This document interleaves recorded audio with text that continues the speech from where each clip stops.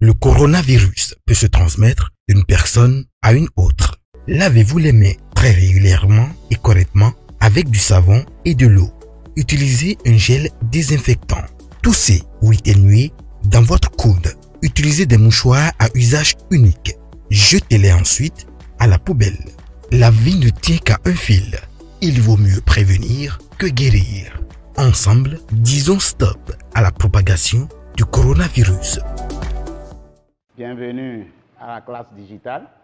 Ici, on m'appelle Benjo Sosten, professeur de philosophie au collège et lycée de Cotonou. Très chers candidats, je vous remercie pour l'intérêt que vous tirez chaque fois par rapport à la doctrine philosophique. Nous allons essayer de vous entretenir un peu par rapport à la méthodologie de la dissertation philosophique. Souvent, il y a beaucoup de candidats qui estiment que la philosophie semble être difficile parce qu'ils ne maîtrisent pas la méthodologie rédactionnelle. Nous allons vous présenter de façon schématique les règles méthodologiques d'un exercice de dissertation philosophique. Sur ce, lorsque nous parlons de la méthodologie, de la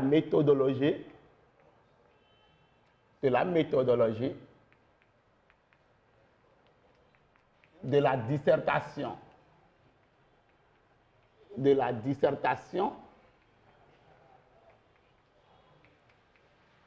philosophique.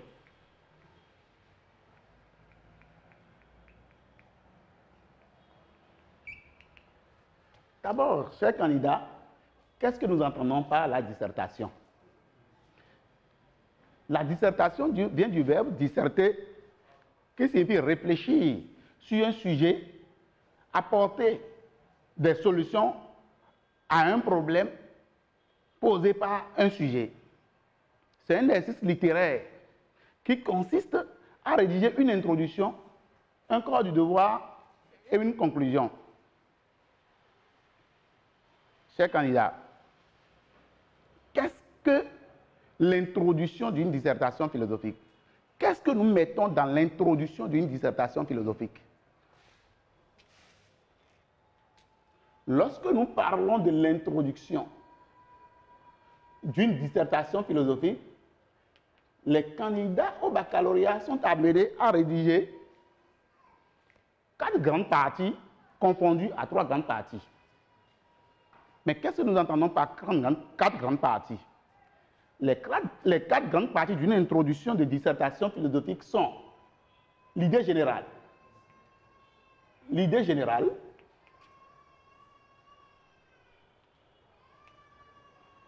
insertion du sujet,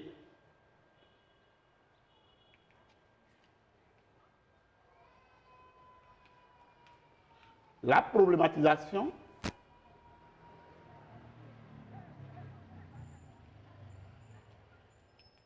et l'annonce du plan.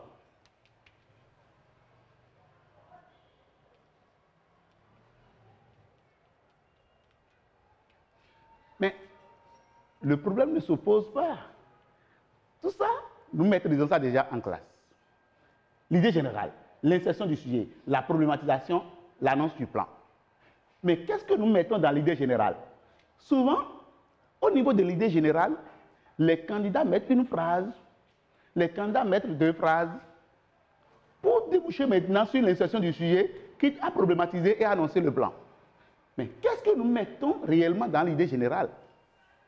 L'idée générale est 1, 2 ou 3 phrases permettant au sujet de bien se positionner pour que le problème puisse être bien posé, pour que le candidat puisse annoncer le plan à suivre. Le mot général trompe souvent nos candidats. Chers candidats, le mot général ne veut pas dire quitter le sujet pour se lancer maintenant dans une digression avant de revenir au sujet. Non.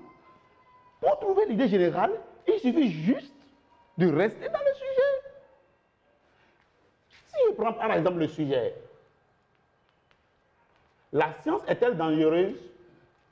La science est-elle dangereuse? La science est-elle dangereuse? Chers candidats, lorsqu'on me demande de rédiger une idée générale de ce sujet, je souligne les mots ou expressions qui me permettent maintenant de rédiger une idée générale. La science est-elle dangereuse? Dans mon idée générale, doit figurer maintenant l'idée de la science et l'idée de l'adjectif dangereuse. Cela suppose quoi? Cela suppose que lorsque nous mettons l'idée générale, il va falloir qu'en tant que candidat, de rédiger une idée pouvant amener maintenant le caractère dangereux ou utile de la science. Ensuite, on insère le sujet. On insère le sujet. Ici, c'est un sujet interrogatif. Ici, nous sommes dans un sujet interrogatif. Dans un sujet interrogatif, l'insertion du sujet ne se fait pas directement par la copie du sujet, mais par la reformulation de ce sujet. Lorsque nous mettons insertion du sujet, en fait, c'est l'insertion de la reformulation du sujet. Il faut reformuler le sujet et insérer dans l'idée générale dans une introduction de dissertation philosophique. Au niveau de la problématisation, le candidat se doit de dégager le problème posé par le sujet et de mettre maintenant au niveau de l'introduction. Chers candidats, nous aurons le temps de rédiger l'introduction et vous allez voir comment ça se passe dans les prochains jours. Au niveau de l'annonce du plan, l'annonce du plan est souvent la partie où le candidat doit montrer au correcteur les différentes parties de son corps du devoir. Très chers amis, après l'introduction, nous avons le corps du devoir. Nous avons le corps du devoir. Nous avons le corps du devoir. Dans un corps du devoir, nous avons au total deux grandes parties. Nous avons deux grandes parties dans le corps du devoir. Deux grandes parties. La première partie,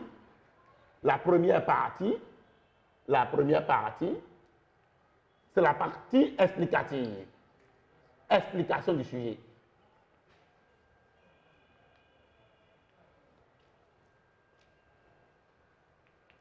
Et la deuxième partie,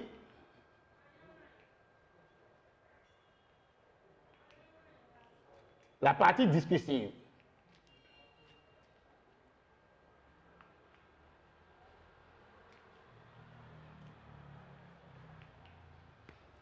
Mes chers amis, il y a certains sujets qui nous réclament maintenant une troisième partie qu'on appelle la partie synthèse.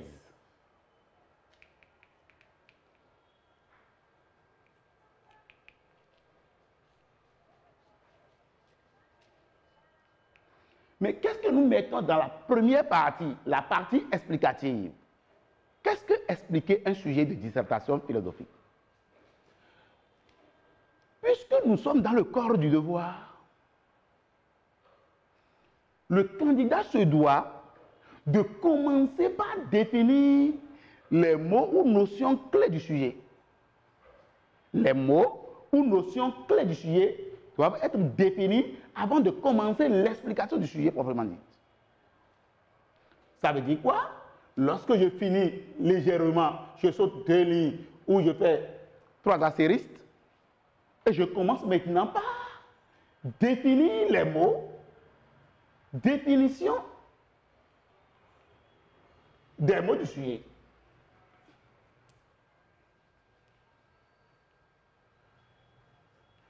C'est à ce niveau que les correcteurs constatent les candidats qui ont appris leur leçon. On a le devoir de mémoriser la définition des notions au programme.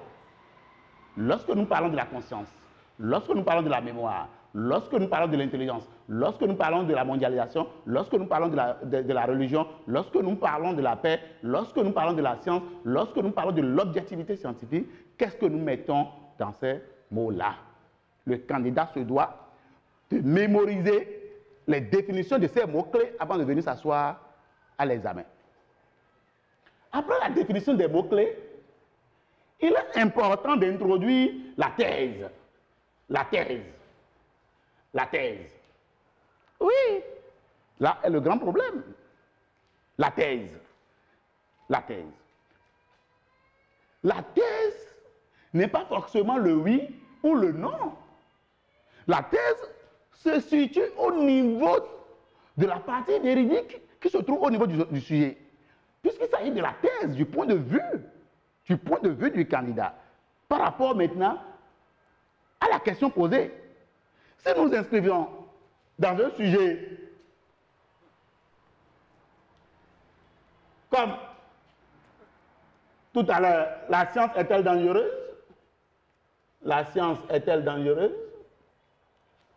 La science est-elle dangereuse?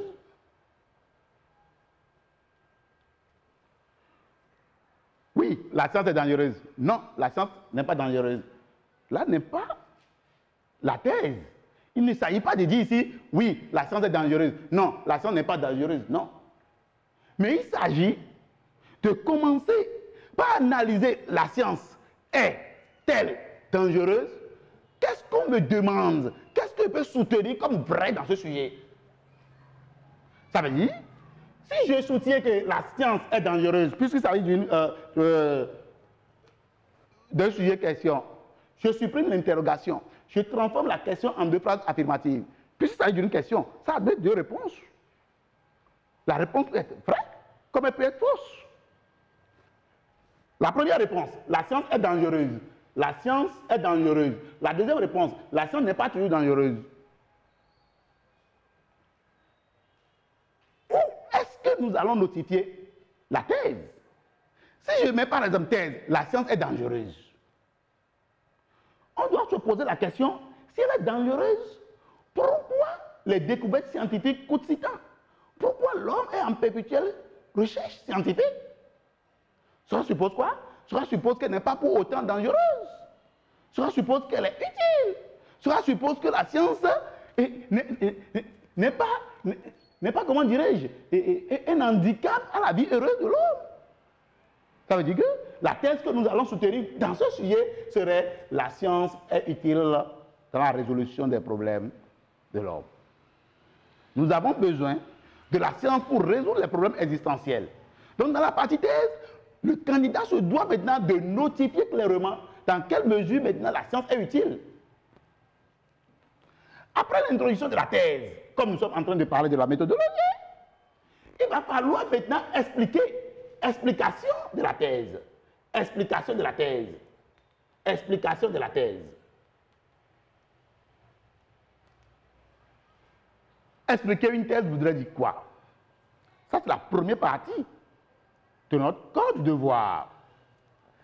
Expliquer une thèse, c'est partir d'abord des arguments. Il faut dégager maintenant un argument. Argument numéro 1. Lorsque l'argument est dégagé pour expliquer ta thèse, tu expliques l'argument.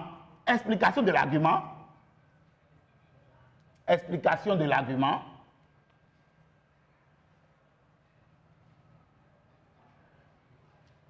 Pour que l'explication effectuée de l'argument soit recevable, il faut donner un exemple. Pour que l'exemple puisse être soutenu par le correcteur, pour que l'exemple puisse être valable, il faut expliquer l'exemple.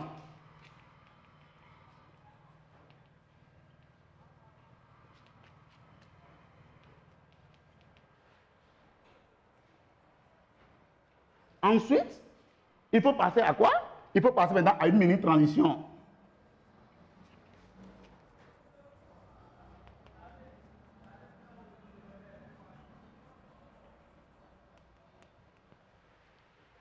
C'est ça que nous appelons paragraphe argumentatif. C'est ça qu'on appelle paragraphe. Paragraphe. Argumentatif.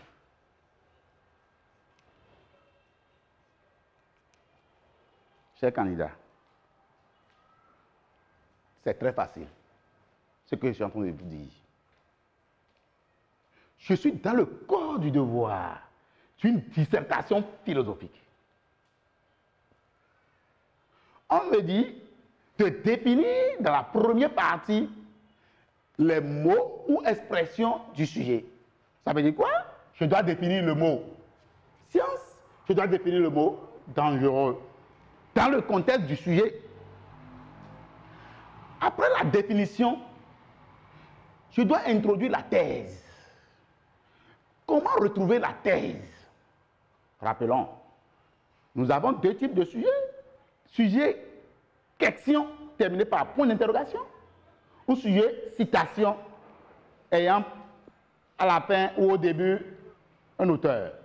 Expliquer et discuter cette affirmation de Jacques Lacan. Rien de ce qui est ici n'échappe à l'action de l'inconscient. Ça, c'est sujet citation. Je vais revenir sur les sujets citation tout à l'heure.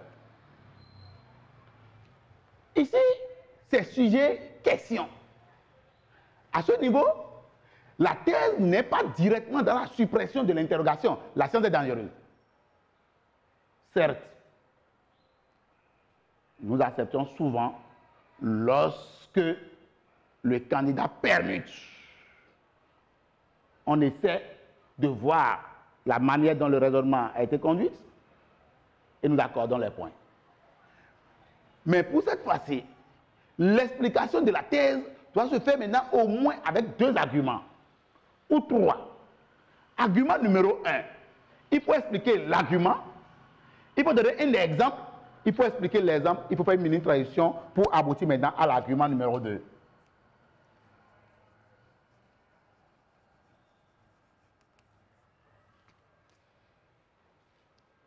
L'argument 2 possède la même chronologie que l'argument 1. Ça veut dire quoi? J'explique l'argument 2, je donne un exemple pour soutenir l'argument 2, j'explique l'exemple, je fais une mini-transition pour aboutir maintenant à l'argument numéro 3, s'il en a. Très chers candidats, tout ce que nous disons, c'est fort simple. Il suffit de s'appliquer. Prochainement, nous allons prendre des exemples tangibles pour vous montrer ce que nous sommes en train de soutenir par rapport à l'argument 1, par rapport à l'explication de l'argument, par rapport à l'exemple, par rapport à l'explication de l'exemple, par rapport à la mini-transition et par rapport maintenant à l'argument 2 qui répond maintenant aux mêmes critères que l'argument numéro 1. Dans l'argument 2, nous reprenons encore explication de l'argument. Explication de l'argument, nous reprenons l'exemple pour soutenir notre explication. Nous expliquons l'exemple, nous faisons mini-transition. Rappelons ceci, l'explication de l'exemple n'est pas l'explication de l'argument. L'explication de l'exemple se passe en une phrase, au plus de phrases, pour faire montrer au correcteur que l'exemple proposé cadre avec l'argument proposé. Je passe maintenant à l'argument numéro 2. Mais lorsque nous disons argument, je soutiens une thèse. Je dois pouvoir défendre ma thèse. Or, défendre ma thèse suppose que je possède des preuves, des arguments tangibles pour pouvoir résoudre le problème posé par la thèse. Lorsque je donne l'argument numéro 2 et que j'explique, il peut arriver que je possède le troisième argument, toujours dans la partie explicative. Pour pouvoir maintenant élucider ou décoder ou dénouer proprement la thèse proposée. Très chers candidats, nous sommes toujours dans la première partie où il faut expliquer proprement le sujet proposé. C'est sur 6 points. Nous ne devons pas nous amuser à ce niveau. Lorsque l'explication du sujet est terminée, je rédige une grande transition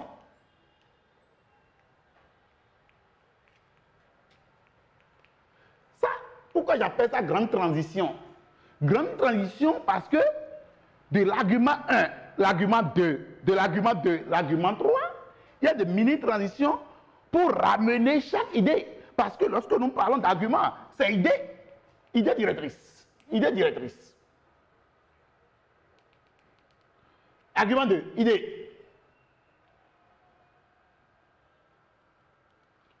Chaque idée est évoquée à travers une mini-transition en passant de telle idée à autre idée. Cette fois-ci, c'est la grande transition, passage de la partie explicative à la discussion. On peut sauter une ligne, comme on peut ne pas sauter de ligne, et faire des paragraphes argumentatifs pour montrer clairement au correcteur que nous sommes en train de démarrer la discussion du sujet. Souvent, lorsque nous prenons certaines copies, on a du mal à distinguer la partie analyse de la partie discussion. Il y a certains candidats qui discutent au même moment qu'ils analysent. Or, il y a des points réservés pour la partie explicative, il y a des points réservés pour la partie discussion.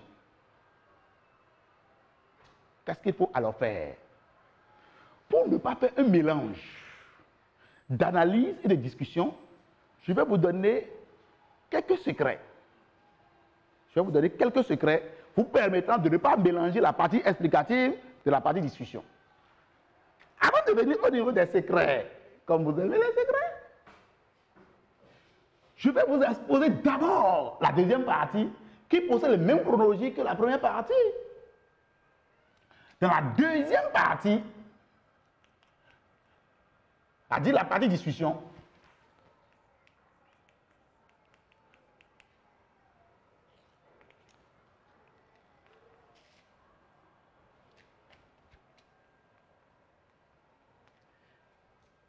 il faut être totalement posé. Qu'est-ce qu'on vous demande dans la discussion? Discuter un sujet veut dire quoi? Numéro 1, ce n'est pas aller contre la thèse développée tout à l'heure. Non, pas du tout. Je ne peux pas me contredire. La discussion ne consiste pas à développer l'opposé ou le contraire de la partie explicative, cher candidat. Lorsqu'il s'agit de discuter un sujet de dissertation philosophique, il faut juste montrer jusqu'à quel niveau votre thèse est recevable. Quelle serait la deuxième réponse par rapport maintenant à ta première réponse? La science est-elle dangereuse? Je soutiens la thèse selon laquelle la science elle est utile alors. Mais ceux qui vont soutenir autre position que moi, ils diront quoi? C'est ça la discussion. La discussion consiste à évoquer d'autres thèses, hormis moi, ma thèse. C'est-à-dire quoi? Je soutiens telle thèse. Si mon frère, mon ami n'est pas d'avis, qu'est-ce qu'il allait dire? C'est ça la discussion. Lorsque moi je soutiens une thèse, que seraient maintenant les amis ou les frères qui n'auront pas les mêmes idées que moi? Ce sont ces idées que je mets dans la discussion. Je dois clairement noter au niveau de la partie discutive, la partie discussion, l'idée discutive, l'idée à discuter. Souvent, nous ne lisons pas ça sur les copies. Les candidats commencent directement à discuter le sujet sans pouvoir nous notifier la thèse à discuter. Lorsque l'idée discursive est notée, il va falloir maintenant évoquer quelques arguments. Arguments. 1. Explication de l'argument. Explication de l'argument.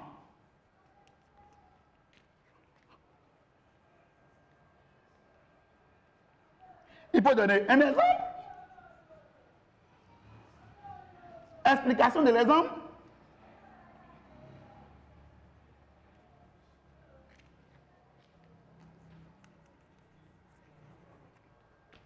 Mini-transition.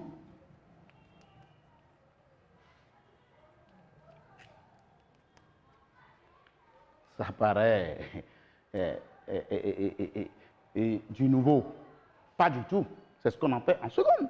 C'est ce que nous allons faire en première. Ce n'est pas en terminale que nous allons commencer par nous affoler. Si je dis explication de l'argument, alors que l'explication de l'argument, je pourrais avoir maintenant exemple, explication de l'exemple et mini transition. L'explication de l'exemple ne doit pas être kilométrique. L'explication de l'argument ne doit pas être kilométrique. Expliquer un argument, ça dépend de la valeur de l'argument. Je n'ai pas besoin de rédiger des pages pour montrer au correcteur que je connais. Lorsque je donne l'exemple, une phrase suffit pour montrer la pertinence de l'exemple. Si on dit explication de l'exemple, ce n'est pas 2, 3, 4 phrases. Non. Je n'ai pas de mini-transition, juste une phrase pour déboucher maintenant sur l'argument numéro 2 de la partie discussion. Très chers candidats, lorsque nous nous préparons durant 9 mois, tout ce que nous sommes en train de notifier est très facile à exécuter. Je suis dans la partie discussion. Lorsque je suis dans la discussion d'une dissertation philosophique, je dois pouvoir faire des paragraphes argumentatifs. Ce que je viens de notifier ici, argument 1 de la discussion, explication de l'argument, exemple, explication de l'exemple, mini-transition, ça c'est ça qu'on appelle paragraphe argumentatif. Paragraphe.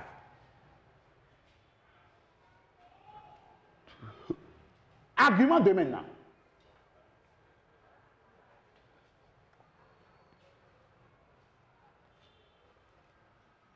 Argument numéro 2. J'explique l'argument. Explication de l'argument.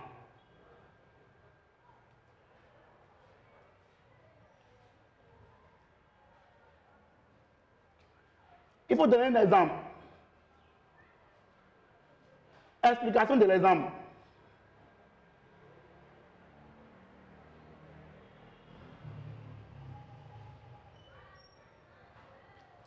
Fais maintenant une mini-transition.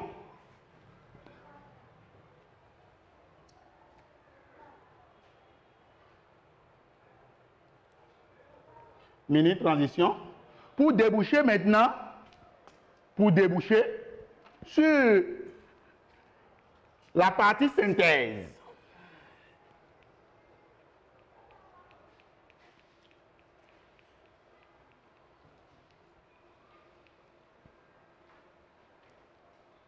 Je disais, dans la discussion, il nous faut au moins 2 arguments. Chaque argument doit être expliqué. Il faut donner un exemple pour valider l'explication. Il faut expliquer l'exemple. Il faut faire de mini-transitions pour aboutir maintenant à l'argument 2. Toujours de la discussion.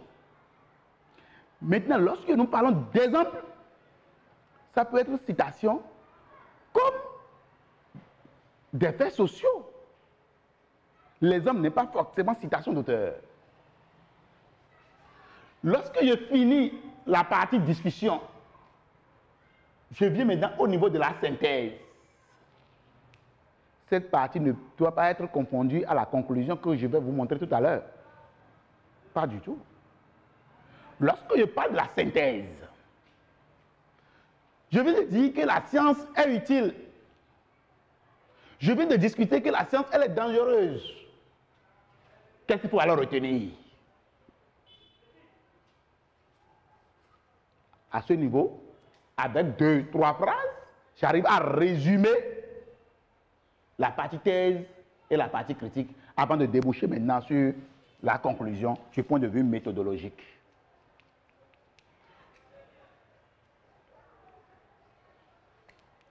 Au niveau de la conclusion, 3 parties seront distinguées. La toute première partie me permet de faire une synthèse des idées développées. Attention, ce n'est pas parce qu'il y a mis une synthèse ici que nous allons commencer par recopier la synthèse de la partie du code de devoir au niveau de la conclusion. Non. À ce niveau, nous voulons voir la solution définitive proposée par le candidat par rapport au problème posé. Je viens de terminer mon corps de devoir. Je suis en pleine rédaction de la conclusion. Au niveau de la conclusion, la toute première partie de la conclusion doit pouvoir ramasser les notions développées dans la partie thèse et dans la partie discussion en termes de solution aux problèmes posés par le sujet. La deuxième partie de ma conclusion, c'est de pouvoir donner ma position par rapport à la résolution du problème. Position personnelle. Lorsque je donne la position, la troisième partie consistera à faire une ouverture. Cette partie semble être souvent de façon facultative, mais elle est très importante. Très cher candidat, tout à l'heure, je vous ai dit que je vais vous donner des petits secrets pour ne pas confondre ni l'introduction, ni la partie explicative, ni la discussion et la conclusion. Suivez. C'est très important ce que je vais notifier. Très souvent, lorsque nous surveillons les devoirs, lorsque nous surveillons les compositions, après une heure de composition, on constate que beaucoup de candidats sont presque à la fin de la rédaction de l'épreuve. Lorsque la correction de la copie, lors de la correction de la copie, ils sont souvent étonnés des notes obtenues.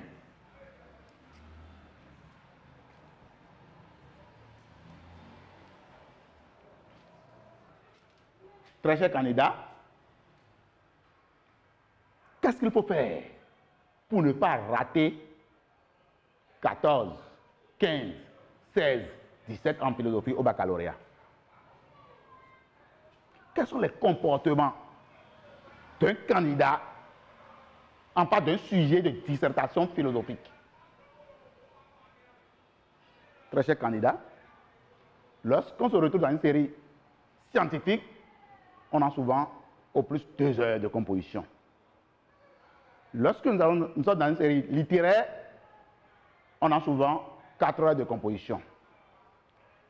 Qu'est-ce qu'il faut faire pour ne pas rater la moyenne en philosophie? Lorsqu'on me partage l'épreuve de philosophie, chers candidats, il va falloir que je sois tellement posé pour ne pas rater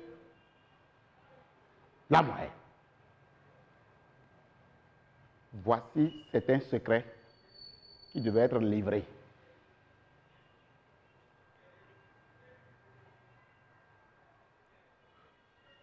On me remet l'épreuve. Je ne peux pas m'enflammer. J'ai encore 10 à 15 minutes de lecture. Beaucoup sont les candidats qui quittent chez eux, qui se disent, moi je m'en vais faire commentaire des tests philosophiques. Moi je m'en vais faire dissertation philosophique. Pas du tout. Pas du tout. C'est le jour de composition, par rapport à l'épreuve proposée, que tu sauras quel sujet traiter. Merci beaucoup d'avoir choisi la dissertation éventuellement, que si c'est cela qui est accessible à toi. Voici le comportement qu'il faut avoir en passant d'une dissertation au baccalauréat. J'essaie de tracer sur mon brouillon un petit tableau. Ce tableau doit comporter ces colonnes-là. Je mets ici l'introduction. Je suis au brouillon. Je suis au brouillon. Je mets ici corps du devoir. Corps du devoir. Je mets ici conclusion. Tout à l'heure, on a dit que le corps du devoir comporte 2 à 3 grandes parties. Partie explicative, explication, discussion. Qu'est-ce que nous voulons faire avec ce tableau qui se trouve au brouillon? Les 10, 20, 30, 40 minutes, première minute, c'est pour pouvoir élaborer ce tableau-là. Dans mes réflexions sur le sujet, je dois pouvoir notifier les idées à développer au niveau de l'introduction, au niveau du code de voix, au niveau de la conclusion. Du coup, lorsque je fais la lecture de l'épreuve, cela suscite directement des connaissances que je peux commencer déjà par noter au brouillon. Je note les connaissances pêle-mêle. Idée numéro 1, 2, 3, 4, 5, 6, 7, 8, 9, 10, 11. Ce que je mets 1 jusqu'à 11, 12, 13, jusqu'à N idées. Ce sont juste des idées que je dois pouvoir développer sur ma copie.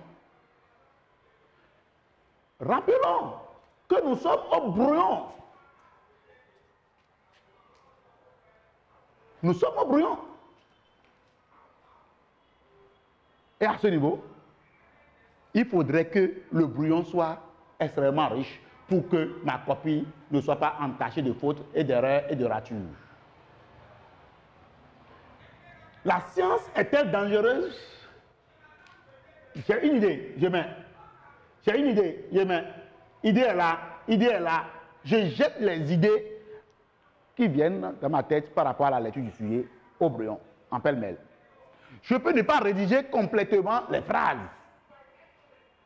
Je peux toutefois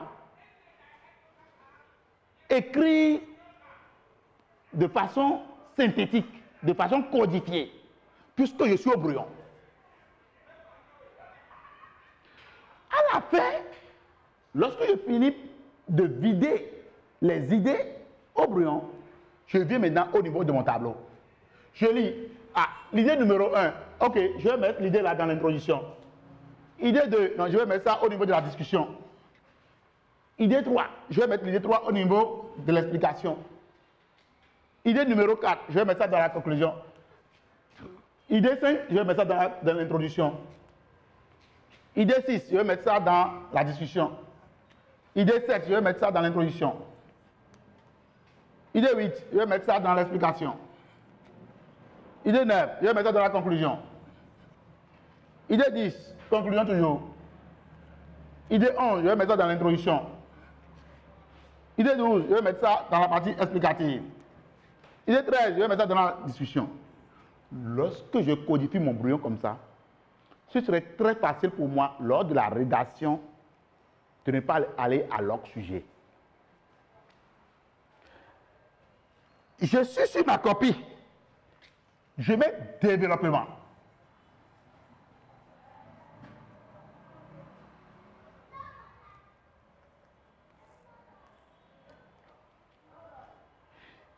Je sais déjà, du point de vue méthodologique, que je dois rédiger une introduction. Je ne peux pas commencer par écrire au fur et à mesure que les idées viennent. Non. Pourquoi j'ai eu le temps de faire le brouillon? Quelle serait la fonction du brouillon? Je jette de coups d'œil sur mon brouillon. Idée numéro 1. OK. Idée 5. J'ordonne maintenant les idées. J'ordonne les idées de la partie explicative.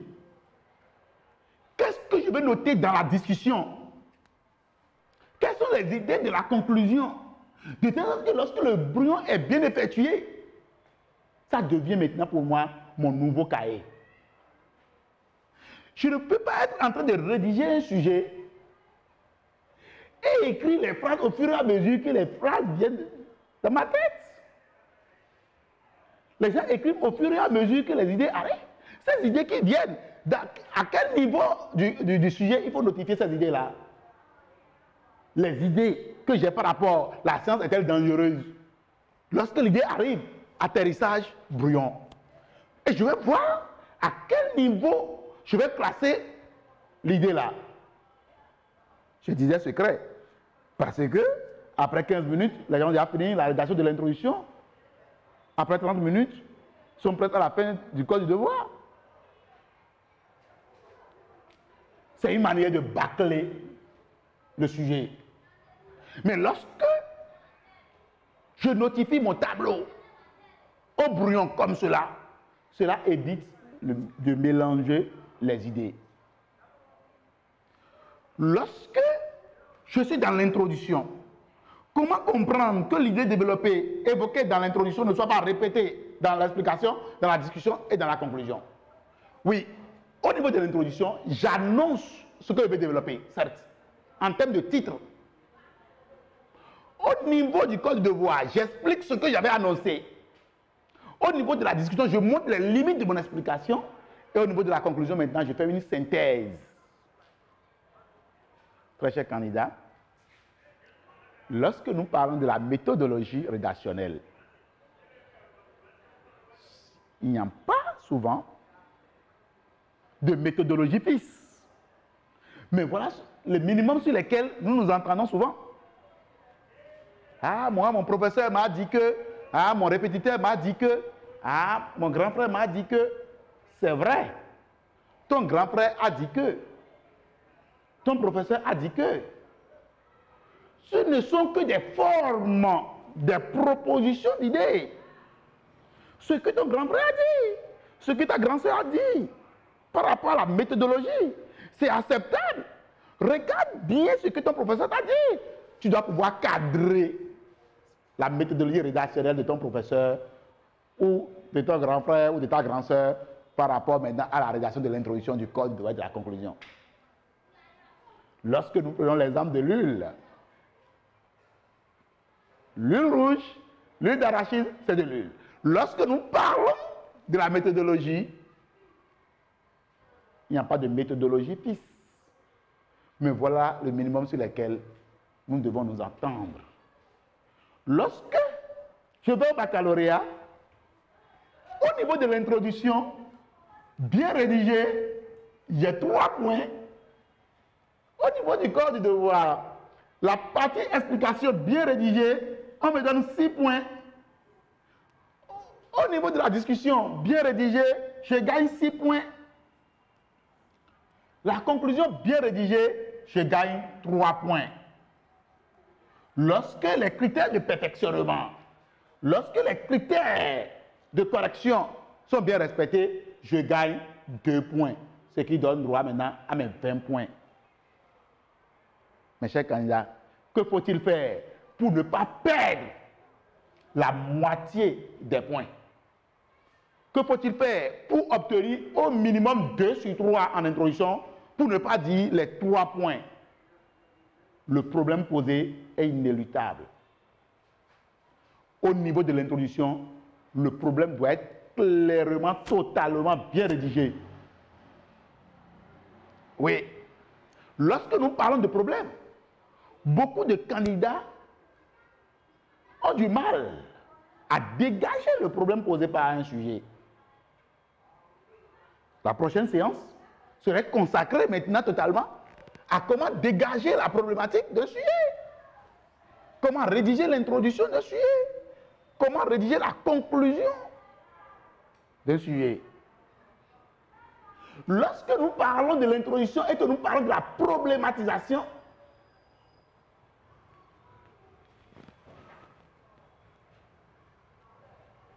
il faut notifier que c'est le problème posé plus la solution au problème.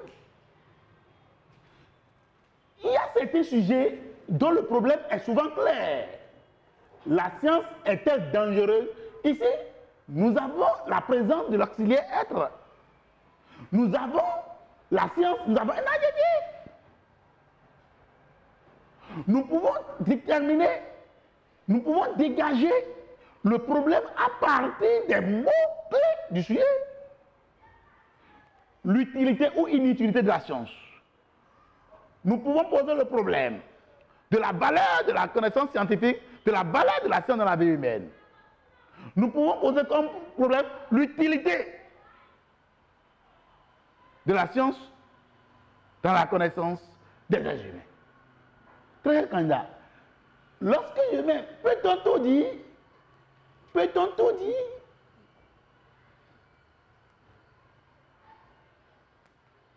Lorsque je mets la conscience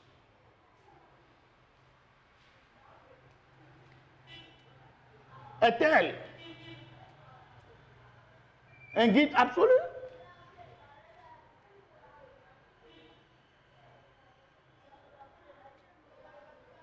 Regardons ici, peut-on, le verbe pouvoir, conjugué au présent du mode indicatif, peut m'aider à dégager le problème de ce sujet? Parce que directement ici, il y a question de possibilité, de faisabilité, de capacité à dire ce que je pense. Se pose maintenant le problème des limites du langage. Est-ce que le langage, conçu comme l'expression verbale de la pensée, peut être exprimé ou extériorisé dans tous les cas? Là, lorsque le problème est bien notifié et que je ne rate pas mon plan, c'est très sûr que je pourrais maintenant dépasser la moitié des points pour aller à la limite des 3 points de l'introduction. Il y a quelque chose qui embête nos candidats. L'annonce du plan. Comme vous savez qu'il faut annoncer le plan, s'il vous plaît, comment pouvons-nous annoncer le plan? Le plan d'une itération philosophique comporte 2 à 3 grandes parties. La première, c'est d'annoncer la thèse à développer. Tout à l'heure, on en parlait de la thèse à développer dans le corps du devoir. Tu annonces sous forme interrogative la thèse que tu veux développer.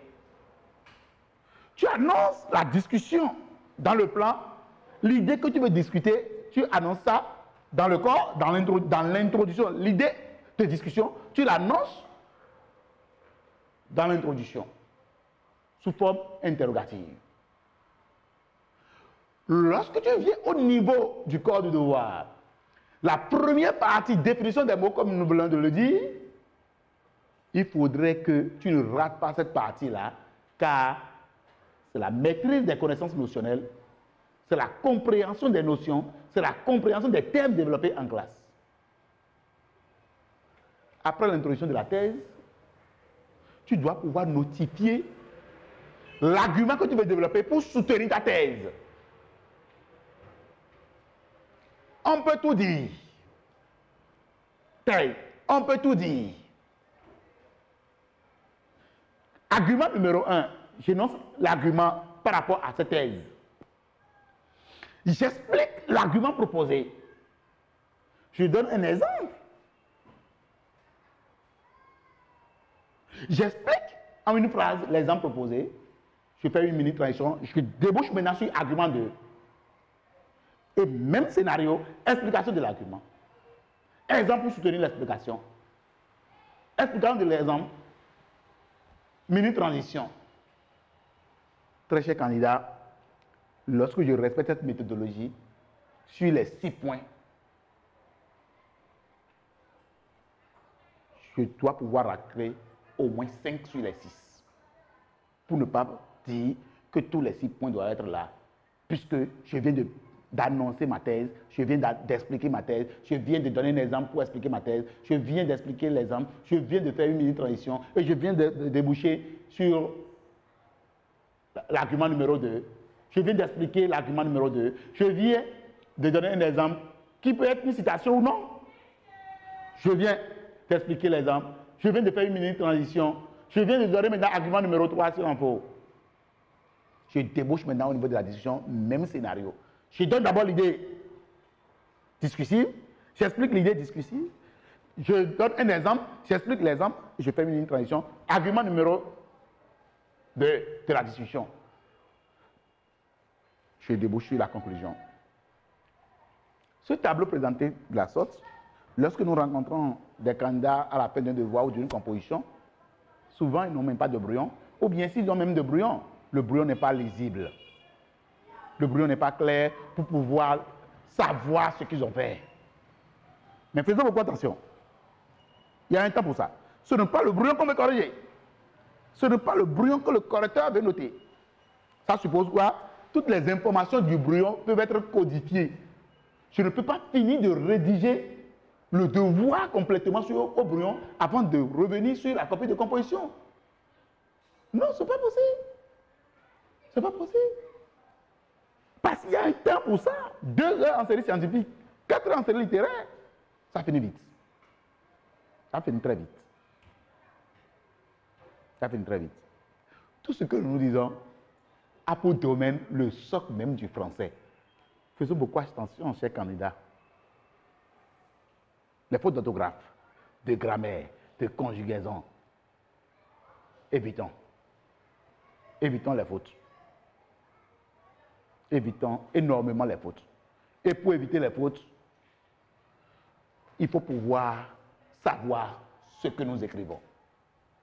Il faut pouvoir suivre les règles de grammaire, d'orthographe et de conjugaison pour que les fautes ne dénaturent pas notre position. Très chers candidats, nous allons revenir sur la méthodologie appliquée. Ce que nous voulons de faire, c'est juste une introduction pour que la prochaine séance, nous pouvons prendre maintenant des sujets et rédiger de l'introduction à la conclusion pour que vous puissiez voir clairement de quoi il s'agit réellement. Avant de vous quitter, j'ai encore des secrets à vous donner. Comme nous sommes en dissertation, 2 sujets sont proposés. 2 sujets sont proposés. Sujet 1 s'appelle sujet question. Sujet question. Sujet 2, sujet citation.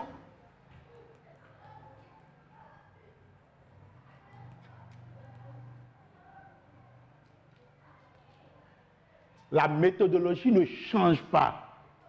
Dans sujet citation et dans sujet question, la méthodologie ne change pas. Qu'est-ce qui change en fait?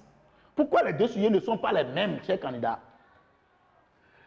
Dans un sujet citation,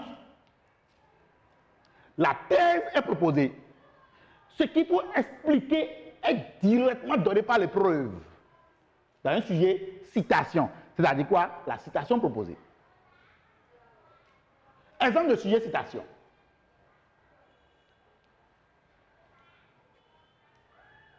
Expliquer et discuter cette affirmation de Jacques Lacan. Expliquer et discuter. Expliquer et discuter cette affirmation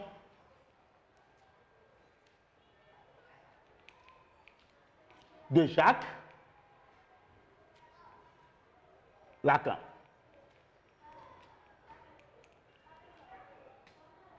Rien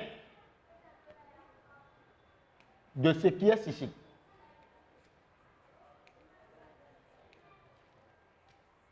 rien de ce qui est psychique n'échappe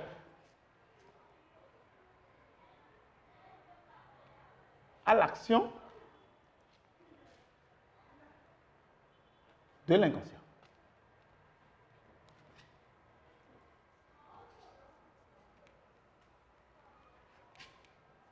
Là, directement, dans le corps du devoir, j'ai directement ma thèse. Ma thèse est là. Rien de ce qui est psychique n'échappe à l'action de l'inconscient. C'est ça la partie explicative. Contrairement maintenant au sujet question terminé par point d'interrogation, la science est-elle dangereuse? Où la partie explicative doit être déterminée par le candidat lui-même. Les 2 types de sujets proposés, sujet question, sujet citation, respectent les mêmes méthodologies, à la différence où, dans le sujet citation, c'est la citation qui constitue en même temps la partie explicative, la partie thèse. Pour critiquer les sujets citation, il faut juste montrer les limites de la thèse, de l'affirmation proposée par l'auteur. Au niveau de la critique de la partie des sujets questions, cela revient au candidat de voir la deuxième réponse proposée, hormis la réponse thèse. Très cher candidat, la méthodologie rédactionnelle est elle est comprise lorsque nous en faisons une application directe. Je vous promets prochainement de développer de l'introduction à la conclusion le cours que vous venez de suivre. De l'introduction, en passant par le code de voir à la conclusion, où est-ce qu'il faut trouver l'idée générale, où est-ce qu'il faut trouver l'insertion du sujet, comment problématiser, comment annoncer le plan. Nous allons prendre un sujet et l'appliquer directement. Au niveau du code de devoir, en termes méthodologiques, il va falloir que nous rédigeons d'abord la partie thèse, nous rédigeons la partie discussion pour aboutir maintenant à la conclusion. Très souvent, les gens sont souvent surpris par le temps et ils battent la conclusion au risque même de faire maintenant une conclusion sommaire. Or, lorsque le tableau est effectué, le tableau de brouillon est effectué, je ne peux plus rater la conclusion parce que la conclusion est déjà rédigée au brouillon avant le démarrage même du développement du code de devoir. Ça suppose quoi? Ça suppose que je ne peux pas être surpris par le temps. Maintenant, la relecture de sa copie avant de remettre est très importante.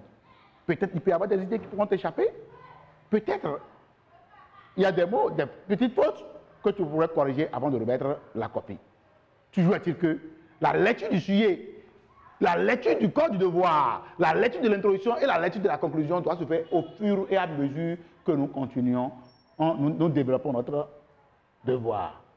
Si je vais finir de rédiger la conclusion, l'introduction, code de devoir, conclusion, avant de commencer par relire toute la copie, et qu'à un moment donné, au niveau de la partie explicative, il y a des idées qui manquent, je ne pourrai plus me rattraper. Parce que je suis déjà à 15 minutes de l'heure, je suis déjà à 20 minutes de l'heure. Très chers candidats, je vous remercie pour l'intérêt que vous accordez à la philosophie et je vous demande beaucoup de courage et ne vous laissez pas gagner par les mythes qui estiment que la philosophie est difficile ou bien qu'on nous donne trop de faibles notes en philosophie. Moi, j'ai vu des relevés de notes du baccalauréat où des candidats ont plus de 15, 16, 17, beaucoup de relevés où les gens ont 17 au bac A1, au bac A2, au bac B, au bac C, au bac D. Beaucoup ont 17, 16, 17, 15 en philosophie. Il suffit de respecter la méthodologie rédactionnelle, de ne pas aller à leur sujet et de bien traiter le sujet. Très chers candidats, je vous remercie pour m'avoir suivi. Je reviens pour la méthodologie appliquée et nous allons prendre un sujet et rédiger de l'introduction à la conclusion et j'espère que vous serez égayés par rapport à la présentation. Je vous remercie pour m'avoir écouté. Bonne chance à vous.